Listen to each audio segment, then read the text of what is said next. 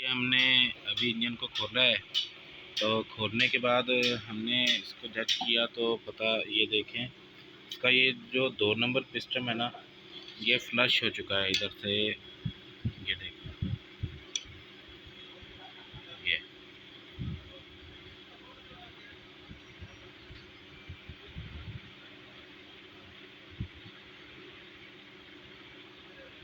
ये देखें, ये मुकम्मल इधर से ख़राब हो गया है।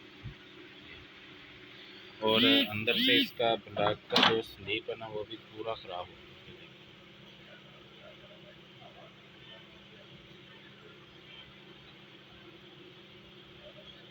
बाकी 3 स्लिप ठीक है, और ये 1-2 नंबर का जो स्लीप है ना, ये ख़राब हो गया है।